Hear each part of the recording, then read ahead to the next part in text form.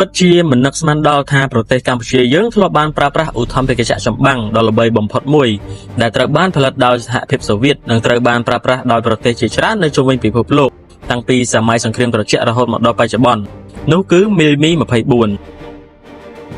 បើសិនជាបងប្អូនចង់ដឹងថាតើកម្ពុជាធ្លាប់ប្រើប្រាស់វាអស់ប៉ុន្មានគ្រឿងនិងធ្លាប់ប្រើប្រាស់នៅអំឡុងឆ្នាំណាសូមទស្សនាវីដេអូនេះឲ្យដល់ចប់មីលមី 24 គឺជាឧទ្ធម្ភាគចក្រចម្បាំងដែលត្រូវបានផលិតឡើងដោយសហភាពសូវៀតនៅអំឡុងសម័យសង្គ្រាមត្រជាក់វាត្រូវបានរចនាឡើងដោយក្រុមហ៊ុន Mil Helicopter Plant នៅចុងទសវត្សរ៍ឆ្នាំ 1960 និងត្រូវបានដាក់ឲ្យបម្រើការជាផ្លូវការនៅក្នុងកងទ័ពអាកាសរបស់សហភាពសូវៀតនៅក្នុងឆ្នាំ 1972 គេបានដាក់រហស្សនាមឲ្យវាថាជារថក្រោះលើអាកាសឬក៏រថវាដែកហោះហើរ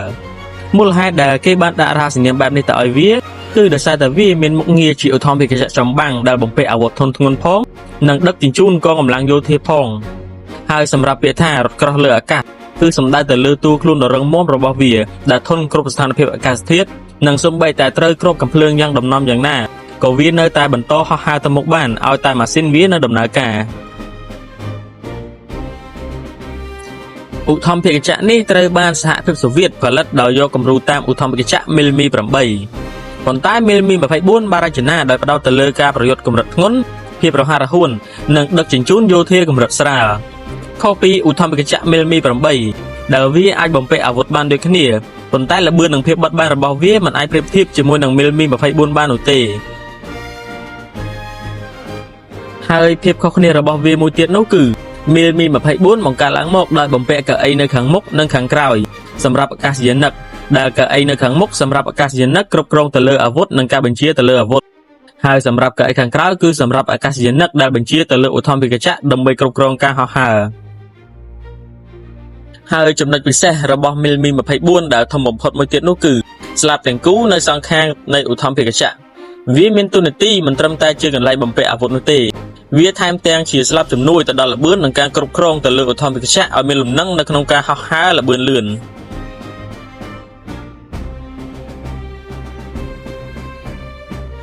សំឡេងដែលក្រហមដូចផ្គរលាន់នៅលើដែនអាកាសនិងរូបរាងដែលមានអំណាចរបស់មីលមី 24 ធ្វើឲ្យសត្រូវនៅក្នុងសមរភូមិតែងតែមានភាពភ័យខ្លាចតាំងពីសម័យសង្គ្រាមត្រជាក់រហូតមកដល់បច្ចុប្បន្នរាល់ពេលដែលវាចេញទៅបំពេញបេសកកម្មគឺភាគច្រើនមិនដែលបរាជ័យនោះទេជាពិសេសទាហានដែលជិះនៅលើវាទៅបំពេញបេសកកម្មភាគច្រើនតែងតែមកវិញដោយកម្រមានបាត់បង់ជីវិតខ្លាំងណាស់គឺដោយសារតែមានវាចាំជួយគ្រប់គ្រងពីលើផ្ទៃមេឃ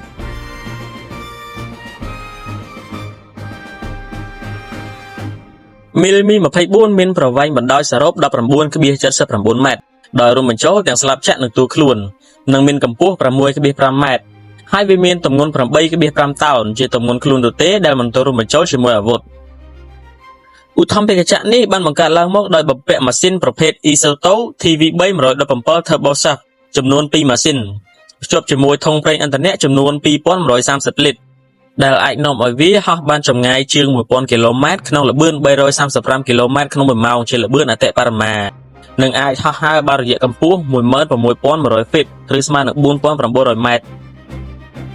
មីលមី 24 ត្រូវការអាកាសយានិកចំនួន 2 រូបដើម្បីធ្វើប្រតិបត្តិការហើយវាអាចដឹកទាហាននៅខាងក្នុងបានចំនួន 8 នាក់និងអាចបំពាក់អាវុធនៅទូខ្លួនខាងក្រៅរបស់វាបានទម្ងន់ 2.4 តោនដែលរួមបញ្ចូលទាំងកាំភ្លើងយន្តគ្រាប់មីស៊ីលនិងគ្រាប់រ៉ុកកែតហើយបើសិនជាយើងនិយាយអំពីប្រព័ន្ធអាវុធរបស់វាវិញមានដូចជាទី1កាំភ្លើងយន្ត 12.7 មីលីម៉ែត្រ 4 កាណុងដែលអាចបង្វិលបានប្រភេទ Yak B វាគឺជាប្រភេទកាំភ្លើងយន្តស្វ័យប្រវត្តិដែលអាចបាញ់បានល្បឿនរហូតដល់ 5000 គ្រាប់ក្នុង1នាទីហើយគ្រាប់របស់វាអាចហោះបានល្បឿន 810 ម៉ែត្រក្នុង1វិនាទីនិងបានភ្ជាប់ជាមួយគ្រាប់ចំនួន 1470 គ្រាប់ទី2កាំភ្លើងយន្តធុនធ្ងន់ 30 មីលីម៉ែត្រប្រភេទ GSX 30វាជាប្រភេទកាំភ្លើងយន្ត 2 កាណុងដែលវាអាចបាញ់បានល្បឿន 3000 គ្រាប់ក្នុង1នាទីហើយគ្រាប់របស់វាអាចហោះបានចម្ងាយ 1800 ម៉ែត្រជាមួយនឹងល្បឿន 870 ម៉ែត្រក្នុង1វិនាទីទី3ប្រព័ន្ធគ្រាប់រ៉ុកកែតវងប្រភេទ B8V20 ប្រើប្រាស់គ្រាប់ប្រភេទ S8 វាអាចផ្ទុកគ្រាប់បានចំនួន 20 គ្រាប់ក្នុងចំនួន 20 បំពង់ហើយគ្រាប់របស់វាមានទម្ងន់ 11.5 គីឡូក្រាមជាមួយនឹងក្បាលគ្រាប់ទម្ងន់ 3.6 គីឡូក្រាមហើយរ៉ុកកែតនេះផងដែរវាអាចហោះបានចម្ងាយជាង 4 គីឡូម៉ែត្រវាអាចបំពាក់ក្បាលគ្រាប់បានច្រើនប្រភេទដូចជាក្បាលគ្រាប់ប្រឆាំងរថភ្លើងដែកនិងក្បាលគ្រាប់ប្រឆាំងលេនដ្ឋាន ហើយវាពិសេសខ្លាំងណាស់សម្រាប់ការកំទេចទាហានរបស់សត្រូវក្នុងចំនួនច្រើនបដុំគ្នា 4. មីស៊ីលប្រឆាំងរថក្រោះប្រភេទ 9K114 វាគឺជាមីស៊ីលពិសេសដែលបំពាក់ក្បាលគ្រាប់ទម្ងន់ 5,3 គីឡូក្រាមប្រភេទ HEAT ឬដែលពាក្យពេញគេហៅថា High Explosive Anti-Tank វាអាចហោះបានល្បឿន 1240 គីឡូម៉ែត្រក្នុង1ម៉ោង និងអាចហោះបានចម្ងាយ 5 គីឡូម៉ែត្រ វាមានសមត្ថភាពអាចកំទេចរថក្រោះដែលមានដែកកម្រាស់ពី 550 ទៅ 600 មីលីម៉ែត្រ បើយើងនិយាយឲ្យស្រួលយល់ ត្រឹមរថក្រោះរបស់សហរដ្ឋអាមេរិកប្រភេទ M1A1 Abraham និង Leopard 2 របស់ប្រទេសអាល្លឺម៉ង់ក៏មីស៊ីលនេះអាចកំទេចបានដែរបើសិនជាបាញ់ត្រូវចំណុចខ្សោយ វាពិតជាមានសមត្ថភាពខ្ពស់ក្នុងការប្រឆាំងរថក្រោះ និងទី 5 ចុងក្រោយគេគឺមីស៊ីលបាញ់ពីអាកាសទៅអាកាសប្រភេទ O60M វាមានទម្ងន់ 44 គីឡូក្រាម និងមានក្បាលគ្រាប់ទម្ងន់ 3 គីឡូក្រាម ហើយវាអាចហោះបានល្បឿនជិត 3000 គីឡូម៉ែត្រក្នុង1ម៉ោង វាគឺជាប្រភេទមីស៊ីលចាប់កម្ដៅ វាអាចកំទេចយន្តហោះចម្បាំង យន្តហោះដឹកជញ្ជូន និងឧទ្ធម្ភាគចក្ររបស់សត្រូវបានយ៉ាងងាយ ហើយវាអាចហោះបានចម្ងាយ 8 គីឡូម៉ែត្រក្នុងរយៈកម្ពស់ 20000 ម៉ែត្រពីដី មិនត្រឹមតែប៉ុណ្ណោះ វាក៏អាចបំពាក់បាននូវគ្រាប់បែកកំទេចលែនដ្ឋាន និងគ្រាប់បែកផ្សេងៗទៀតរបស់សហភាពសូវៀតបានផងដែរ ហើយសម្រាប់ពីជំហៀងនៃទូខ្លួនរបស់វាក៏អាចបន្ថែមនៅកំភ្លើងយន្តប្រភេទ PKM ដើម្បីឲ្យទាហានដែលជិះនៅខាងក្នុងអាចជួយបាញ់មកខាងក្រៅដើម្បីជាជំនួយបាន ហើយបើយើងនិយាយអំពីទូខ្លួនរបស់វាវិញវាមានទូខ្លួនទាំងមូលផលិតពីដែកអាលុយមីញ៉ូមដែលវាមានទម្ងន់ស្រាលប៉ុន្តែមានភាពស្វិតនិងរឹងមាំ ហើយសម្រាប់ប្រព័ន្ធបញ្ជាខាងក្នុងរបស់វាបានបង្កើតឡើងដោយសារធាតុទីតាញ៉ូមដែលវាអាចធន់នឹងកម្ដៅនិងការពារគ្រាប់កាំភ្លើងបានយ៉ាងល្អ ហើយបើយើងនិយាយអំពីកញ្ចក់របស់វាគឺជាកញ្ចក់ការពារគ្រាប់កាំភ្លើងពិសេស វាអាចការពារអ្នកបើកបរពីគ្រាប់កាំភ្លើងយន្តធុនធ្ងន់ប្រភេទ 12.7 មីលីម៉ែត្រ និងអាចការពារបានពីកំទេចគ្រាប់បែកបានយ៉ាងល្អ សម្រាប់ចំណុចមួយនេះវាពិតជាខ្លាំងជាងឧទ្ធម្ភាគចក្រដែលផលិតដោយសហរដ្ឋអាមេរិកប្រភេទ UH1 ទៅទៀត ហើយសូមបញ្ជាក់ថាឧទ្ធម្ភាគចក្រ UH1 របស់សហរដ្ឋអាមេរិកគឺជាដៃគូប្រកួតប្រជែងស្លាប់រស់របស់មី 24 ពីព្រោះថាវាផលិតនៅក្នុងសម័យសង្គ្រាមត្រជាក់ដូចគ្នា ក្នុងគោលបំណងដើម្បីប្រកួតប្រជែងគ្នារវាងយោធារបស់សហភាពសូវៀតនិងយោធារបស់សហរដ្ឋអាមេរិក ប៉ុន្តែមានចំណុចមួយចំនួនដែល UH1 នៅចាញ់ប្រៀបមី 24 ជាពិសេសទៅលើកញ្ចក់មុខរបស់វាដែលកញ្ចក់របស់ UH1 មិនអាចការពារអ្នកបើកបរពីគ្រាប់កាំភ្លើងធុនធ្ងន់បាននោះទេ មីលមី 24 ត្រូវបានប្រើប្រាស់យ៉ាងទូលំទូលាយដោយប្រទេសជាង 70 នៅលើពិភពលោក ក្នុងនោះរួមមានទាំងកម្ពុជាយើងក៏ធ្លាប់បានប្រើប្រាស់វាផងដែរ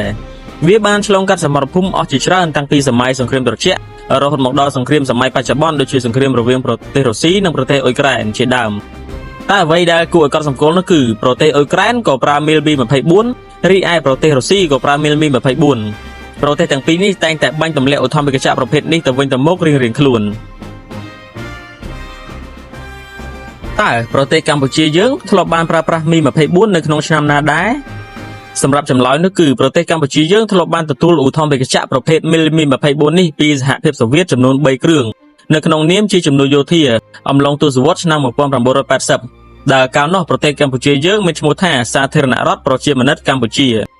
ហើយក្នុងសម័យកាលនោះប្រទេសយើងមិនត្រឹមតែទទួលជំនួយយោធាពីសហភាពសូវៀតប៉ុណ្ណោះទេ យើងថែមទាំងទទួលជំនួយពីប្រទេសផ្សេងៗជាច្រើនដូចជាវៀតណាម ចិន សហរដ្ឋអាមេរិកជាដើម ហើយសម្រាប់បច្ចុប្បន្ននេះឧទ្ធម្ភាគចក្រមីលមី 24 នេះមិនមានវត្តមាននៅក្នុងប្រទេសកម្ពុជាយើងទៀតនោះទេ ដោយមិនមានព័ត៌មានជាក់លាក់ថាវាទៅដល់ទីណាត្រូវបញ្ជូនទៅណាឬក៏យ៉ាងម៉េចនោះទេ វាពិតជាគួរឲ្យភ្ញាក់ផ្អើលមែនទែនដែលកម្ពុជាយើងធ្លាប់បានប្រើប្រាស់ឧទ្ធម្ភាគចក្រប្រភេទនេះ ប៉ុន្តែវាក៏គួរឲ្យសោកស្ដាយដែរដែលយើងមិនមានវត្តមានវាសម្រាប់ប្រើប្រាស់បន្តទៀតដោយមិនដឹងមូលហេតុ ហើយសម្រាប់ឧទ្ធម្ភាគចក្រនេះផងដែរត្រូវបានអភិវឌ្ឍឡើងជាច្រើនប្រភេទដូចជាមីលមី 24 មីលមី 24D មីលមី 24E មីលមី 24V មីលមី 24P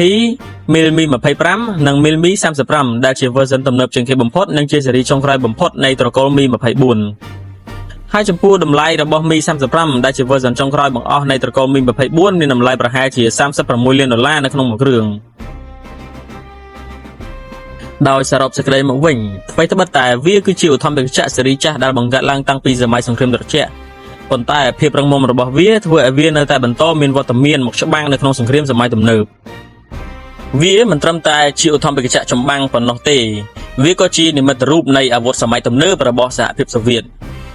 រូបរាងដ៏មានអំណាចនិងសម្លេងដែលក្រហមដូចផ្គរលាន់ វាតែងតែធ្វើឲ្យសត្រូវរបស់វាមានភាពខ្លាចរអា